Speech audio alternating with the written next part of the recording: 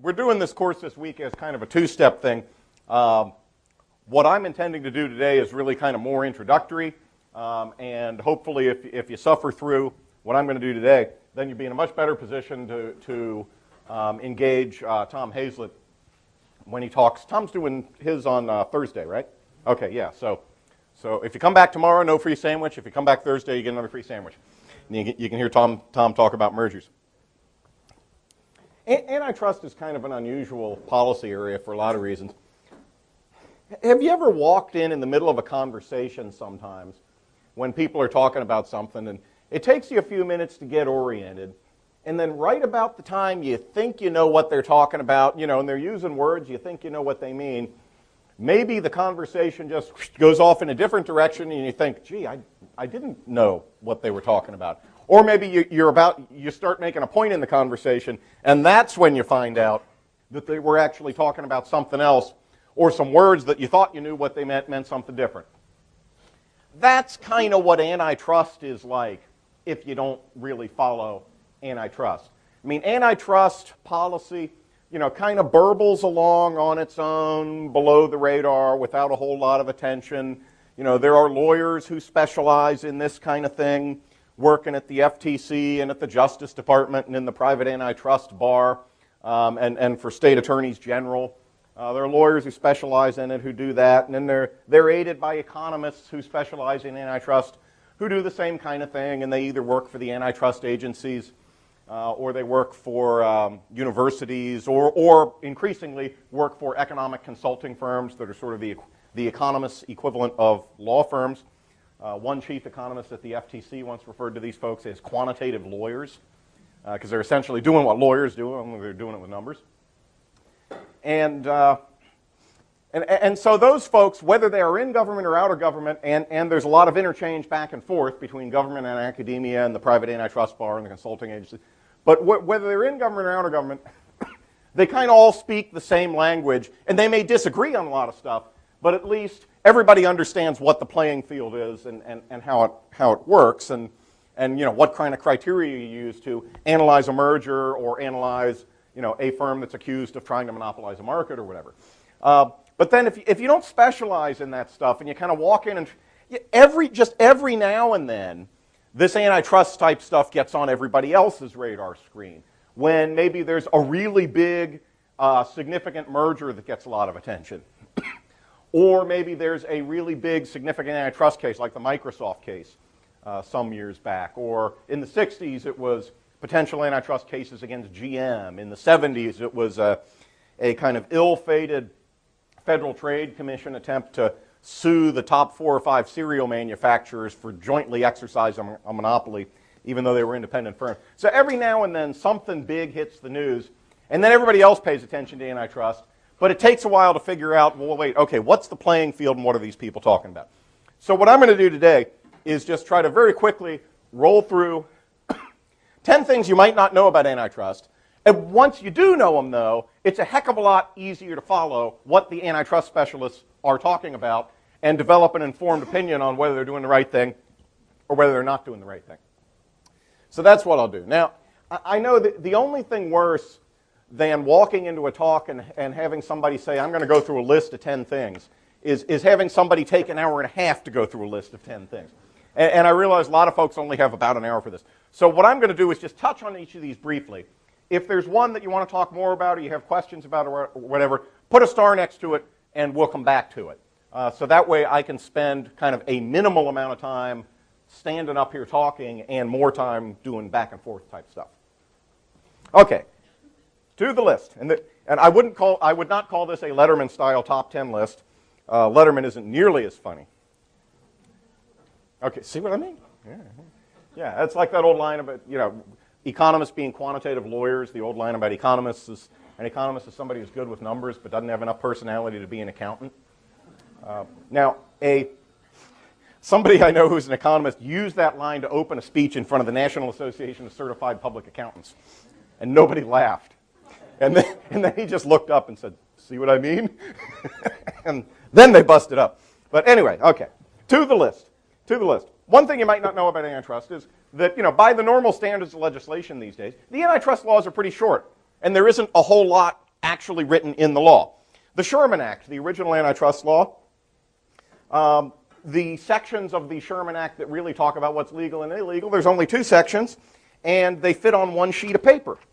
And essentially, Section 1 of the Sherman Act says every contract, combination in the form of trust or otherwise, or conspiracy in restraint of trade or commerce among the several states or with foreign nations is declared to be illegal. So, Section 1 bans contracts, combinations, and conspiracies in restraint of trade.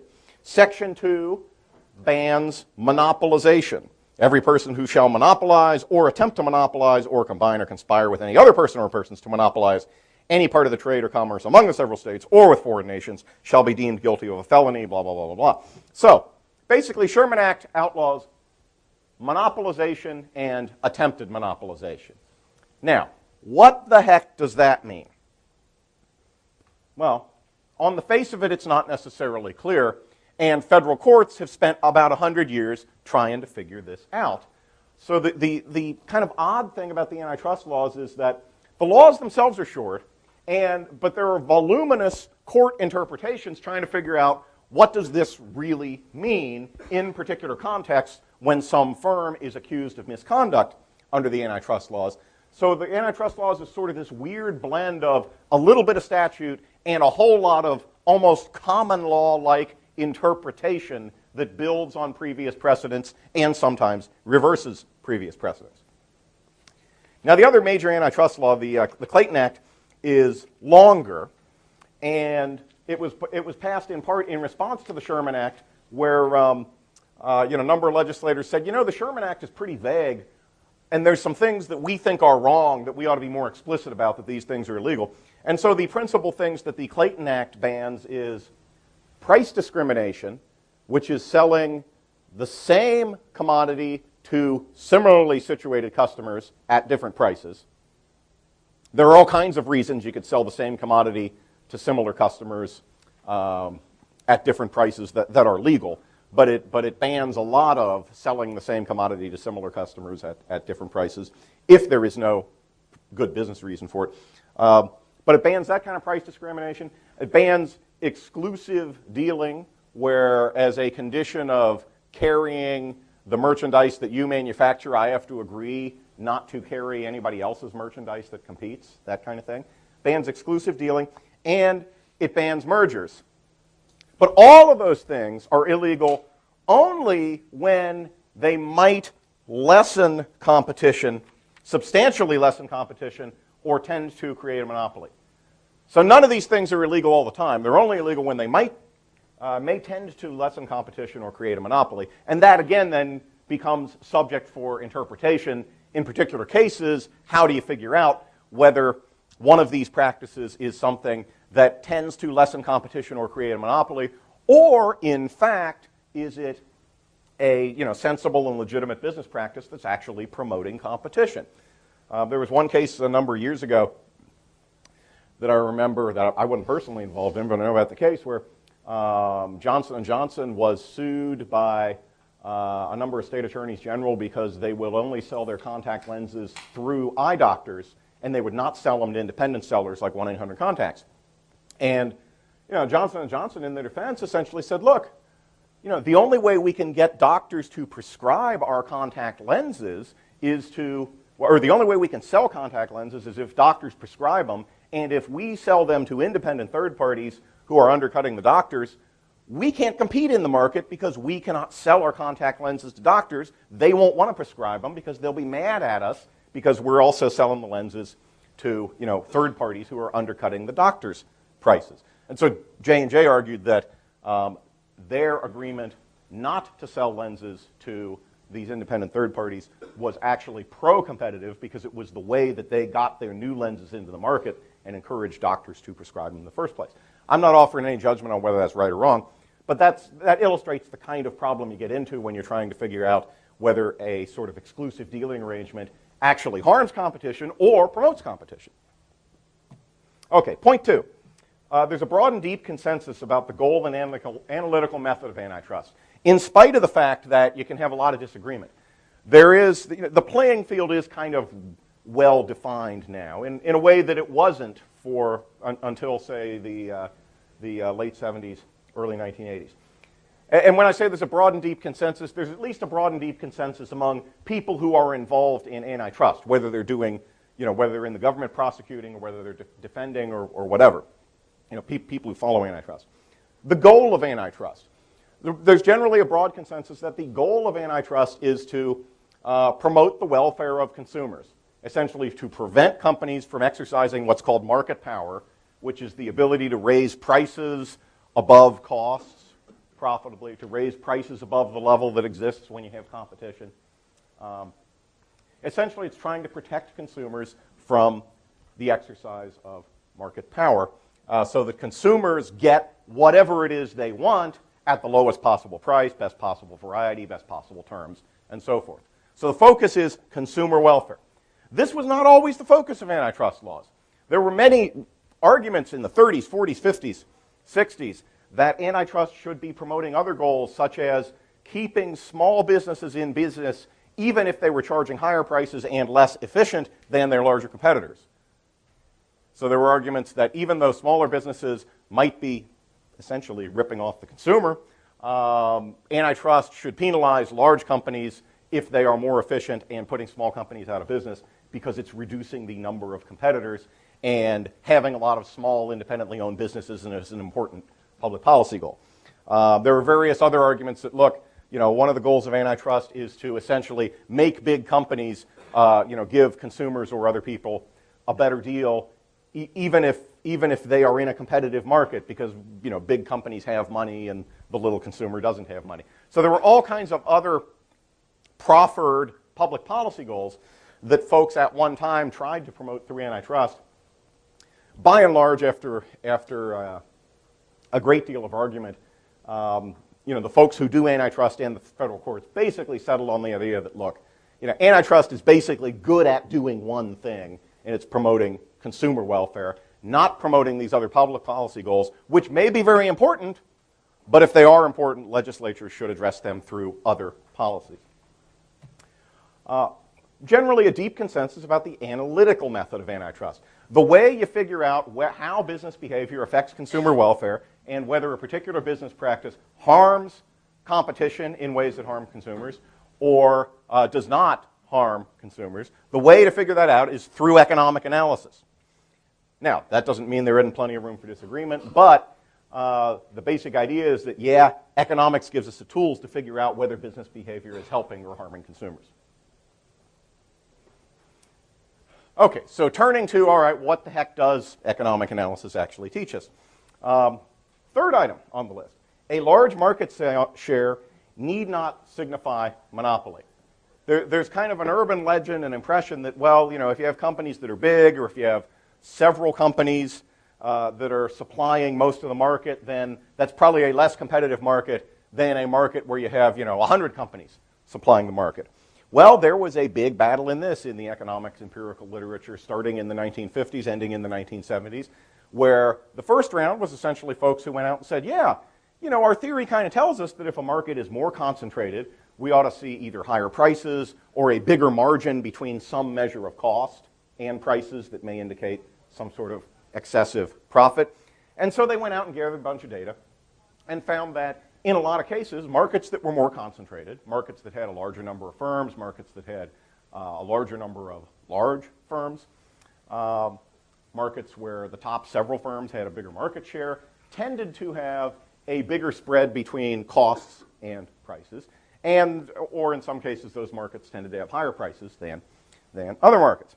But then some other scholars kind of asked some embarrassing questions about that. They said, well, wait a minute. It seems like industries that are more highly concentrated are more profitable. That doesn't necessarily mean there's anything monopolistic going on. Maybe industries that are more concentrated are more profitable because concentration leads to monopolistic behavior. Or on the other hand, maybe the industries that are more concentrated are more profitable because the leading firms in those industries are more efficient, and either they have lower costs or they're delivering some other thing that consumers value and are willing to pay a premium for. So higher profitability in a more concentrated market could be consistent either with monopoly or with the idea that the biggest firms in the market are basically just plain better at giving consumers what they want, and that's why they grew big. And so this second set of scholars, mostly associated with University of Chicago and to some extent UCLA, also went out and gathered numbers and figures and did some analysis and found that in fact in the concentrated markets it only tended to be the leading biggest firms that tended to be more profitable than all the others, which suggests that the big firms were actually more efficient, so at least some amount of their dominance came from the fact that they were either lower cost or better at giving consumers something else that they wanted. Now, this whole argument took place at it was empirical in the sense that people gathered data, but it was still done at a very sort of high level of abstraction where folks tried to gather data across all kinds of industries and somehow infer something meaningful about the relationships they saw. In general, the state of this line of research now is that it's kind of an on the one hand, on the other hand. On the one hand, there are still studies of concentration and profitability and prices that do seem to show that when you have more concentration, you can get higher prices. On the other hand, there are also some studies that find that even in markets with as few as 2 competitors, you sometimes get very competitive behavior. There are some famous studies of railroads, for example, which essentially find that if you have 2 railroads competing head-to-head, you get the same outcome on prices that you would expect to see if there were a lot more than 2 railroads competing head-to-head. And if you understand railroads, it sort of makes sense, because railroads, an awful lot of their costs are fixed. You make a big investment, your network is there, and then you go try to sign up customers and sell your service. When a lot of your costs are fixed, if you have even one competitor, there's a really strong incentive to cut price to try to get the business. So it kind of makes sense, at least in industries where you have a big investment in a network like railroads or broadband or electricity or something, that if you have 2 parallel networks, you're likely to get fairly competitive behavior unless those 2 competitors can figure out a way to collude and not get caught. Okay, item number 4. You may not know this about antitrust. It's not illegal to have a monopoly, and it's not always illegal to obtain a monopoly. The standard in the antitrust laws bans contracts and conspiracies and business practices that may reduce competition or that may tend to reduce competition. The antitrust laws do not say, gee, if we see something out there that looks like a pre-existing monopoly, the government has to go and break it up. That's a separate policy decision from what goes on in the antitrust laws. And there may also be, and courts have recognized this, there may also be many reasons that a firm has a monopoly or near monopoly that's completely unrelated to any kind of monopolistic behavior or harm to consumers. The classic phrase in antitrust jurisprudence is that it's perfectly legal to have a monopoly if you possess it as a result of superior luck, skill, or foresight. Superior luck, skill, or foresight. So back in the Microsoft case, for example, the Microsoft case was not really about, gee, Microsoft dominates the market for computer operating systems and that's bad. I mean, I think even the government prosecuting them said, well, look, they came up with a way of putting together an operating system that, as a result of superior luck, skill, or foresight, got a lot of the market. The government's problem was that claiming that Microsoft was also doing other things that were illegal in order to maintain or extend, the monopoly they may have had on operating systems. And I'm not offering a judgment one way or the other on whether Microsoft is a monopoly or whatever, but the basic idea was not that, well, gee, Microsoft dominates this market and we got to whack them for that, but rather they dominate this market and some of the things they did to either achieve that dominance or maintain that dominance might be things that violate the antitrust laws. It's also not always illegal to go out and try to obtain a monopoly. I mean, if you try to obtain a monopoly by being better than the competition, that's okay. And there are a lot of statements in, by federal judgments precisely to that effect, that this is exactly what we want. We want competitors out there trying to be the biggest, the biggest firm in the market because that's what impels them to try to do better than anybody else. Now, there's also another way you can obtain a monopoly completely legally. Anybody got any ideas how? Any ideas how? You can go ask the government for one. That's why in my neighborhood I can only buy electricity from Virginia Power. And in fact, how many folks here live in Maryland? Okay, you still in theory could choose your electricity supplier, although you may not have a lot of alternative electricity suppliers showing up asking you for your business.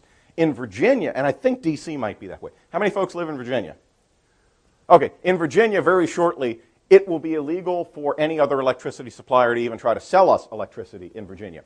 Because like many states, Virginia adopted a plan a number of years ago to try to transition to competition in the sale of electricity, even though there would still only be one firm in each territory that owned the wires that transport the electricity.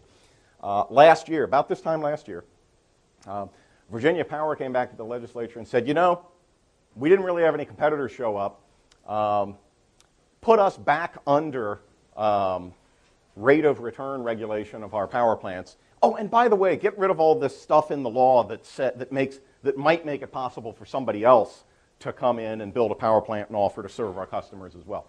So in Virginia, not only did they go back to kind of old-fashioned regulation with a very generous rate of return allowed to the utilities, but they also, in the legislation they passed last year, basically struck out of the Code of Virginia all of this language that had been written that theoretically made competition possible. So electricity competition will be illegal in Virginia within the next couple of years.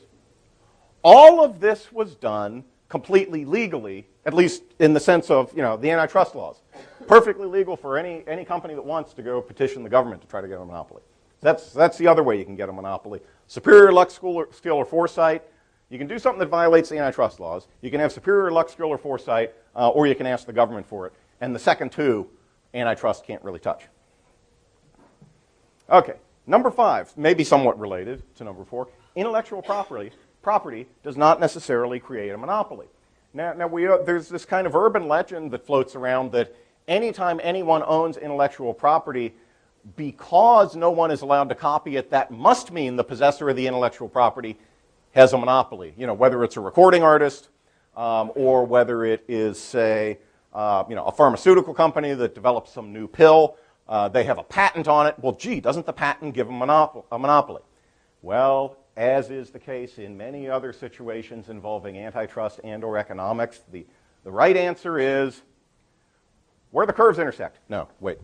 Sorry if I gave you a terrible flashback to one of your college economics courses. The right answer is it depends. And think about this. Suppose you have a pharmaceutical company that invents a treatment, invents some kind of a pill, and if you feel like you're about to have a heart attack and you take this pill, it will increase your chances of surviving and reduce the amount of damage to your heart. And suppose this pharmaceutical company goes out and gets a patent for this. It's some exotic chemical. Maybe they made it up. Maybe they extracted it from a plant, whatever. Suppose a pharmaceutical company gets a patent on this particular chemical. Are they going to have a monopoly? Can they raise the price above the level that would exist if there were competition? It would depend. They have a 17-year monopoly on that particular product that they wouldn't have for 17 years. And there might be alternative drugs that would serve the same function. Okay, yeah. Not as effective. Yeah, exactly. I mean, yeah, there's really kind of 2 points to this. One is even with intellectual property, there is some limited time point. The idea is that you get this protection for a certain amount of time in exchange for having whatever you did be in the public domain later and people can copy it. And so you get into very interesting discussions of, okay, is granting the short-term ability to raise price worth the benefits you get later on when this is out in the public domain instead of concealed. But more important and basic than that is whether intellectual property gives a monopoly depends on whether there are substitutes for that piece of intellectual property. And the reason I picked that bizarre, fanciful example of the pharmaceutical company inventing a drug you take when you feel like you're about to have a heart attack is that there was some study out recently that claimed that there is such a drug already that's out in the public domain. It's called aspirin. That if you take it at the onset of a heart attack, it's supposed to limit and reduce the damage. So if a pharmaceutical company came up with some type of treatment that did the same thing, if it were no more effective than aspirin, they wouldn't really have any ability to charge any sort of a monopoly price because they'd be competing with aspirin. If it was somewhat more effective than aspirin, then they may have some ability to charge a higher price. Would they have a monopoly? Depends on how much better it is than aspirin. If it's incredibly more effective and it were the only thing like that out there, and there were no other way to do that kind of treatment, maybe even after somebody got to the hospital and you do something that doesn't even involve medication or whatever, yeah, then maybe they would. And certainly there are some drugs and treatments like that. But the key question to ask with any piece of intellectual property, if you're trying to figure out whether there's a monopoly, is, okay, well, are there good alternatives to it out there or not, which may also have intellectual property protection? In some sense, a lot of artists and songwriters, maybe they sort of have a monopoly on what they produce, but let's face it, a lot of music substitutes for each other, at least within a particular genre.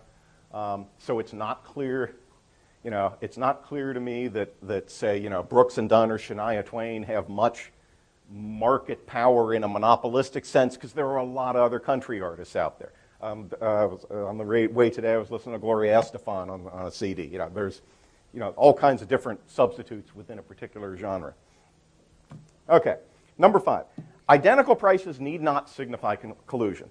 Do a little thought experiment. Actually, this isn't even a thought experiment. You've probably done this if you drive a car. You're driving down a major street, and you look at gas stations.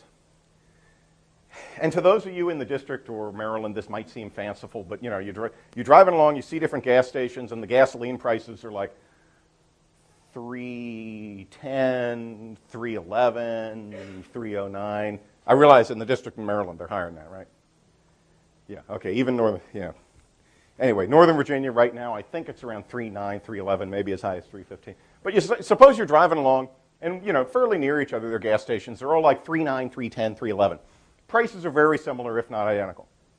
Does that mean that these gas station owners have got together and colluded and said, hey, if we all get together, we can really nail the consumers driving through here. We're all going to charge the same or similar prices? I see some heads shaking yes, some heads shaking no. The answer, again, as with many things in antitrust, is it depends. It might be. Maybe they did. Maybe they did. On the other hand, the problem with assuming that means collusion is that our most basic, simple theory of competitive markets teaches us that in a normal competitive market where there are a lot of good substitutes, the same thing ought to sell for about the same price. I mean, strictly, the same thing should sell for the identically same price. But realistically, you ought to expect, driving down the street, that a bunch of gas stations near each other would be charging prices very closely, even if the market is very, very competitive, because nobody feels like they could raise their price much and still retain much business, because people would just go someplace else. And where you do see significant differences in prices with gas stations near each other, I'm willing to bet usually it's because of one of two things. Either because one of them is selling some kind of branded gasoline, and a lot of times people are willing to pay more from gasoline from a Mobil station or a Chevron station versus the kind of places where I normally buy gas, which are the Joe's Quick Stop. Or, there's one on New York Avenue going up through D.C. There's one that's, I think it's just called like cheapest gas or something, and it's not as cheap as in Virginia, but I guess it is fairly cheap for D.C. So, I mean, that's one explanation. There are some other cases with gas stations where, you notice that one station has a price that's always a nickel or a dime below everybody else, or a nickel or a dime above. And in a lot of cases, you can explain that by looking at the location of the station and how easy or hard it is to get into. I live near Seven Corners, and there's this one gas station right in the middle of Seven Corners, which is just a nightmare to get in and out of, because you end up having to go through 3 or 4 traffic lights unless you happen to be going the right way. And they are usually the cheapest station around there, probably because that's the only way they can induce a lot of people to put up with the extra traffic hassles to get in and out of the place. Identical prices may signify collusion, but they may also signify a vigorously competitive market. Similarly with if you're looking for airfares, you'll often find several airfares that are very close to each other going to a particular place. Same kind of thing. Number 7, predatory price cutting is rare. Let me define that first, if the term isn't all that familiar. And this is another one of these things that's bigger in legend than in reality. The idea behind predatory price cutting is this, that some firm decides, hey, we need to have a monopoly. So here's what we're going to do. We're going to sell below cost. Below what cost? Well, that's an interesting side question. We're going to sell below cost and drive our competitors out of business. And then when they're all gone, we're going to raise the price. And we'll enjoy a monopoly. Now, on the level of pure economic theory, there are several hurdles that need to be overcome in order to make this successful. Now, realize I'm not saying that you can prove solely on the basis of pure theory that this doesn't happen. Only that economic theory tells us the conditions when it's likely to be successful and when it's not likely to be successful. If you want to engage in predatory pricing to knock your competitors out of the market, somehow you need to be able to fund the price cutting. So, you need to have a stock of money built up or some other way that you can continue to cut prices below your cost without going out of business first. Okay? So you need some sort of a war chest to fund the predatory pricing campaign. You need to be reasonably sure that you will in fact be able to drive your competitors out of the market, get rid of them. So you don't want to have a lot of barriers to exit. You want it to be an industry that's real easy to kick competitors out of. But you want it to be some kind of an industry that has barriers to entry so that after you kick them out, they don't come right back in when you raise your price. And somehow, you probably want to be able to destroy your competitors' capacity after they leave. Because think about it, if you cut your prices real low, below cost, it's unprofitable for your competitors to operate. They get the heck out of the market. And suppose what the heck? Suppose it's gas stations or retail stores or whatever. There's an empty store sitting there. And because you have engaged in this below-cost price cutting and you bankrupted somebody, it's probably going to be pretty cheap for somebody else to buy or rent that same storefront. So if you manage to kick your competitors out of the market with below-cost price cutting, you also will probably reduce the value of whatever assets they had so that it's cheaper for a new competitor to buy the old assets and come back in and compete with you. So somehow you want to have some kind of barriers to entry so that after you kick your competitors out, you need to be in an industry where it's easy to get your competitors out and hard for them to come back in again. And the reality is those conditions just don't happen very often. They can. And in fact, now Thursday, Tom Hazlett is talking about, I think he's talking about the Xm Sirius merger, right? Okay. He's talking about that. I know for a fact, and if you can ask him about this. I know for a fact that Tom has written one of the few academic articles that actually found an example of successful predatory pricing. And so if you come Thursday and run out of things to talk about, ask him about his example of successful predatory pricing. Give you a hint, it was in cable TV. That's one of his other areas of expertise. So if you want a story of successful predatory pricing, ask Tom about that Thursday.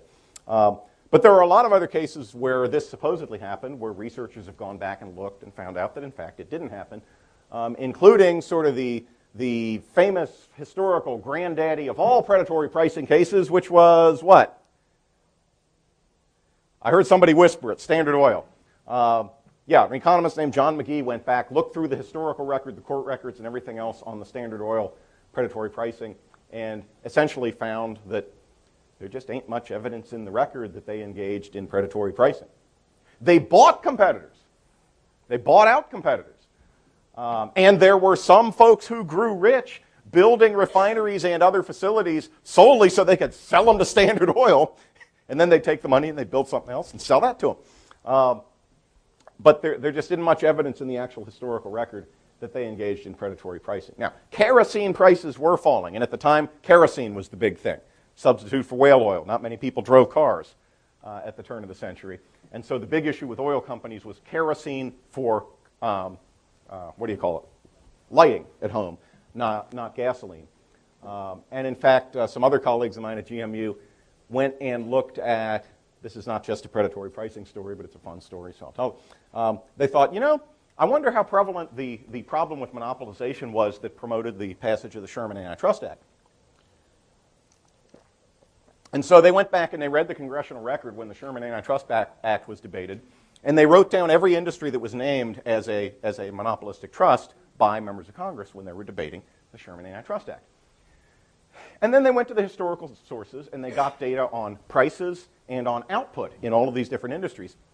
And they found in virtually all cases the industries that were mentioned as monopolistic trusts during passage of the Sherman Antitrust Act, prices were falling and output was going up, which is the exact opposite of what you would expect a monopoly to do. Now, you may say, yeah, but if it were not for the trust, prices would have fallen further and output would have expanded further. That's a fair thing. It's a fair thing to investigate. But in any case, Standard Oil's prices were falling. But it wasn't predatory because their costs were falling. They kept building newer and larger refineries and pioneering new ways to transport oil and kerosene that made it a lot cheaper to produce the stuff and a lot cheaper to move the stuff around, and that's why they were able to cut prices. That doesn't mean predatory price cutting never happens. The point is it can happen under a very specific set of conditions that seem to be kind of rare in the real world. But if you want the counterexample, ask Tom. Okay, number 8. Yeah, number 8. There's 8. Every merger is a speculation. These people, there's always debate over mergers, and some folks, some scholars and other folks like to talk about the general topic of whether mergers in general are a good idea, whether mergers are successful. And in fact, there is a decent amount of research that shows that a lot of mergers are failures. I mean, whether you look at case studies of particular mergers, or whether you look at more broadly whether mergers in general enhance the value to shareholders of the acquired firm and the acquiring firm, there's a decent amount of evidence that certainly not all mergers don't produce the benefits that these folks in business intended them to produce, even for the business in terms of lower costs or better operations or whatever. So that when corporate managers typically are making decisions about mergers, they are speculating, not in the sense of rolling the dice and saying, let's see what the heck happens, but rather there's a great deal of uncertainty over what's going to happen, whether the merger is actually going to work. And decent number of mergers actually end up eventually getting undone precisely because of that. Now, it's not clear what the policy implication of that is. I guess one policy implication of that is, don't be tricked into thinking that just because managers of corporations say the merger is going to produce these results, that those are the results it actually is going to produce. I actually have a very embarrassing article published in a book looking at all the projected benefits from a number of the telecom mergers that occurred in the 1980s. And most of it was based on the information that the firms filed with the Federal Communications Commission in their public interest filings. And if you look back, you find a lot of this stuff never happened. I mean, several of the big regional phone companies that were going to merge, they were going to use, after SPC bought Ameritech and after Bell Atlantic and NYNEX combined, they now said they had a critical mass of anchor tenants that were major corporations headquartered not just in the cities in their territory, but with major operations in cities across the country, and those would be their beachheads to expand and become a national telecommunications network. And the vision we got from reading this stuff was that these mergers were going to make it possible to have essentially nationwide competition between, what is now Verizon, what is now AT&T, what is now Quest wasn't so much in that game. But the vision was that there was going to be sort of nationwide wired telecom competition between these folks. We didn't get that. I don't know if it's because that vision was flawed, if it was because of the dot-com bust, if it was because something else called nationwide wireless competition happened instead, or if it was because they were, not necessarily telling the truth and they were saying whatever they felt they needed to say to get the FCC to approve the mergers.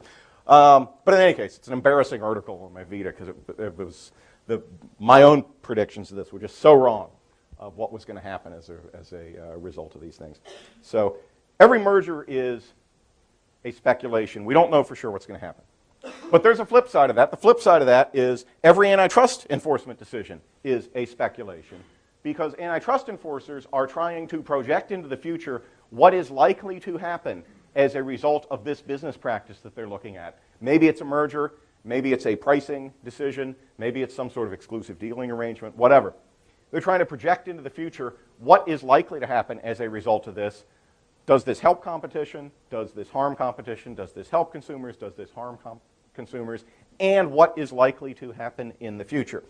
And I don't need to justify that point based on any kind of abstract economic reasoning about how, in some sense, every decision we make is sort of speculation, because we can never be certain about the future, although that's true too.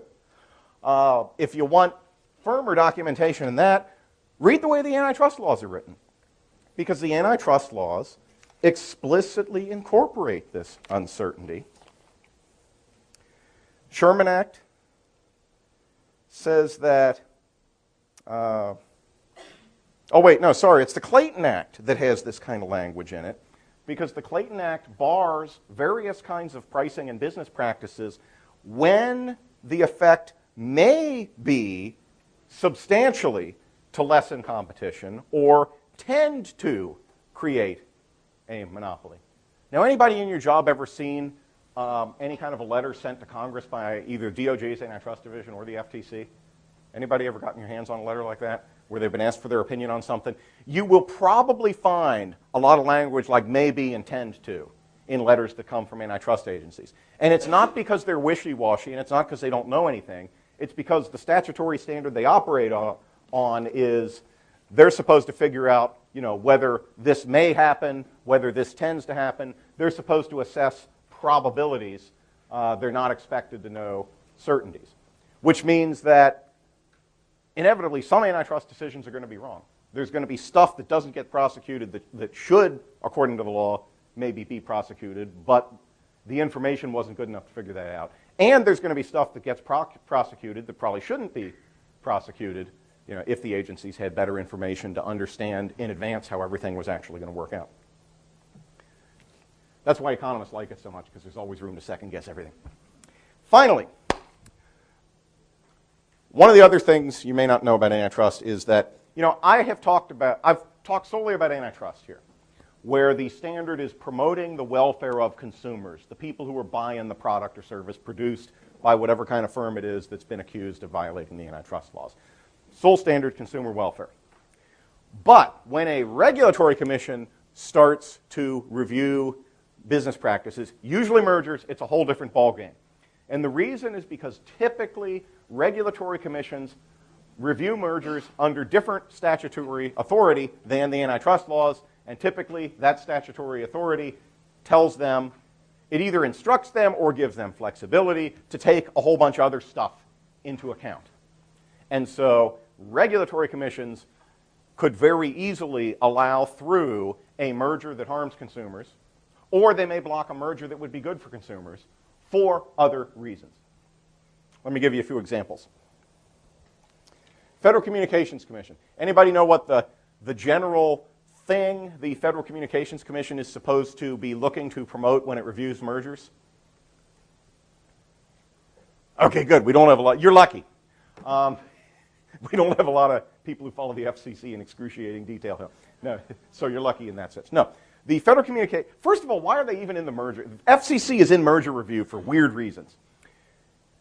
The FCC is involved in review of mergers because whenever a license to use the airwaves is transferred from one company to another, the FCC gets to review it. Since mergers of companies that own licenses to use the airwaves typically,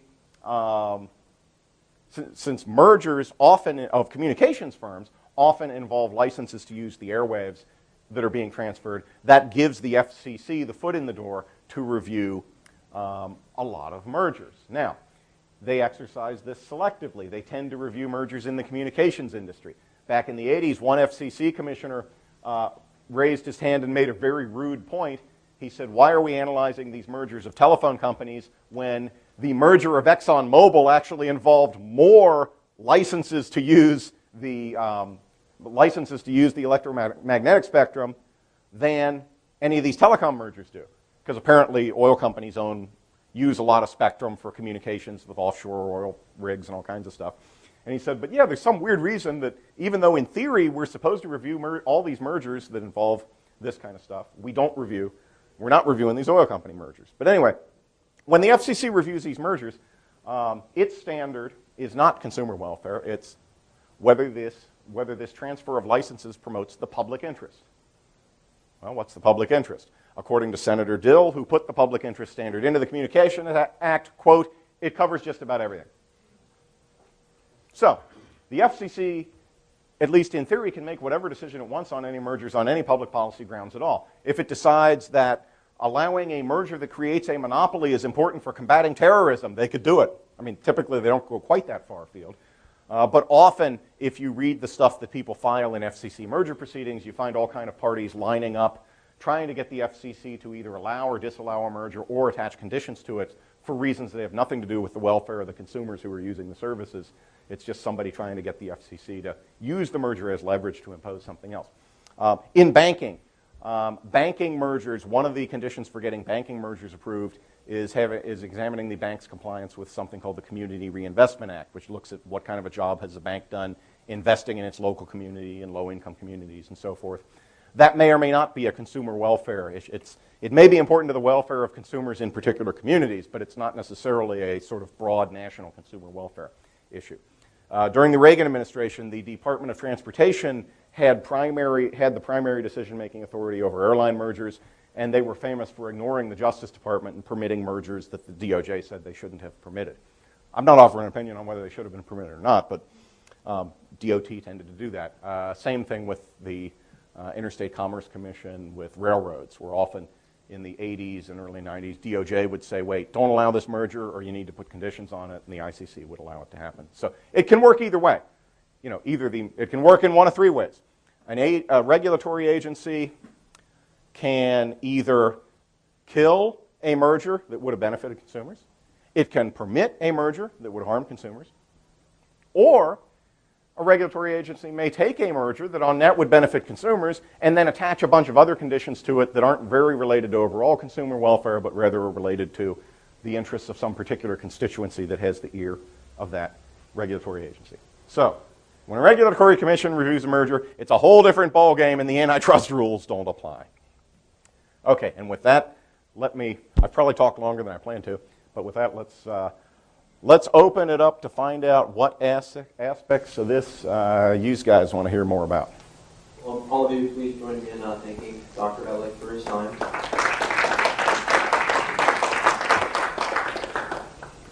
For any of you, if you need to leave early, please make sure to fill out your green forms and hand them to Marianne on your way out. And also, if you'd like to hear Dr. Hazlett speak on Thursday, please join us again for a more in-depth look at the Xm Sirius debate. And if you have a question, please wait for the microphone so we can better amplify it. Okay? Yep, I was saying, if you want the mic, raise your hand, stomp, whistle, clap, whatever. Question I've been trying to get my mind around, and I can't, and maybe you can put it in a public policy context. We have an entity which does business in the U.S., so there's a sufficient basis possibly for federal jurisdiction. And I'm talking about OPEC, which is a combination, obviously, and restraint of trade at the same time. And yet the United States, as recently as 2 years ago, supported OPEC's admission to the World Trade Organization. On a public policy basis, how do you put your mind around that? Oh, God.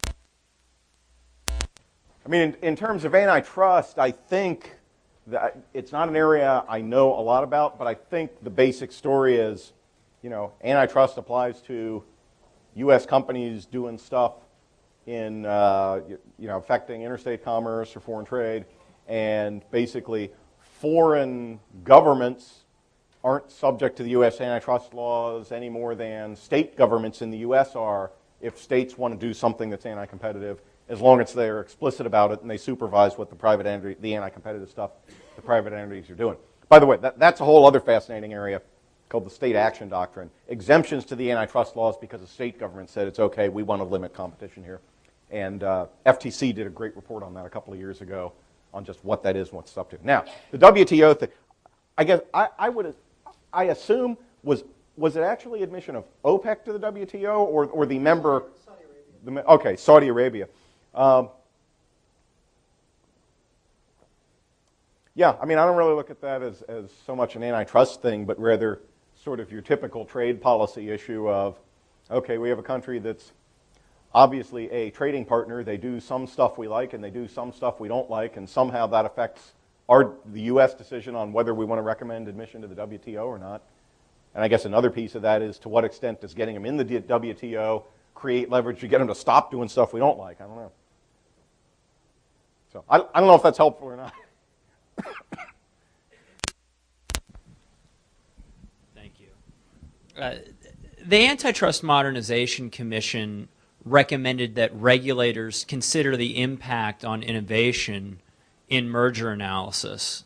And I was wondering, how do you measure or evaluate the potential impact on innovation of a merger? And is there any evidence to show that innovation declines in a more concentrated marketplace? The frontiers of antitrust economics, where people are still doing research and trying to figure stuff out. Yeah, I mentioned that the kind of consensus is the goal of antitrust is consumer welfare, and typically that's been defined as basically, is the price above competitive levels, or is, if a company engages in something that's illegal under the antitrust laws, are they, reducing quality or otherwise harming consumers? That's a real live issue now, which is if you're looking from an antitrust perspective at innovation, what kind of things might companies do that would harm consumers over the longer term by curtailing innovation? Maybe it's a merger of two companies that are the only two companies pursuing a particular line of research or whatever. And I think that's a context where sometimes this has come up. It's a very real debate, and here's what's on the two sides of it. On the one side of that, or actually there's three sides to this debate. One side to the debate is folks who say, well, wait a minute. That's great if you want to talk about innovation, but there's really no harm to consumers and no reason for antitrust action unless you can show why ultimately the effect on innovation is going to raise prices or reduce variety or do other kinds of things that we can actually kind of see and feel and understand that those things harm consumers. So there's one camp that essentially says, don't talk about innovation as a separate consideration in antitrust. If you want to talk about innovation, show me how this business practice that you say is going to harm innovation is ultimately going to either raise prices or reduce variety or affect one of these other things that economists and lawyers are more accustomed to analyzing in antitrust. Okay, then there's the camp kind of on the opposite side says, well, wait a minute, no, we know that innovation is critically important in the economy, and so if we can show that some business practice, a merger or something, is going to harm innovation, then that ought to be enough to be able to do something about it under antitrust, because we know if you reduce innovation, ultimately you harm consumers, even if we can't point to how reducing innovation in this case is going to affect the price to consumers 20 years from now or whatever. Okay, there's a third camp in this that kind of agrees with both of the other two on different pieces. And the third camp kind of says, well, wait a minute, we agree that innovation is critically important and we need to take innovation into account in antitrust. And maybe we even need to take innovation into account even if we can't trace out the exact effects on prices and quantity and all the stuff we normally analyze. But we also need to realize that antitrust could either help or hurt innovation, because one of the big incentives companies have to innovate is what? If I'm innovative enough, I get the whole market, because I'll have the best computer operating system or I'll have the best drug. Everybody will want to buy mine because it'll be so much better than everybody else's. And so kind of the third camp cautions that, well, You want to be careful about doing things in an antitrust sense if they end up penalizing successful innovators after they've innovated, because the signal that sends is, hey, don't innovate too much, because if you're really, really successful, then you're going to get whacked. So there's kind of three camps on it. Now, as far as how you measure it, yeah, that's a lot less settled than kind of the traditional antitrust analysis, where at least we know we're looking at prices, or maybe we're looking at variety, or maybe we're looking at trying to find, say, the 2 or 3 aspects of quality that are most important to our customers.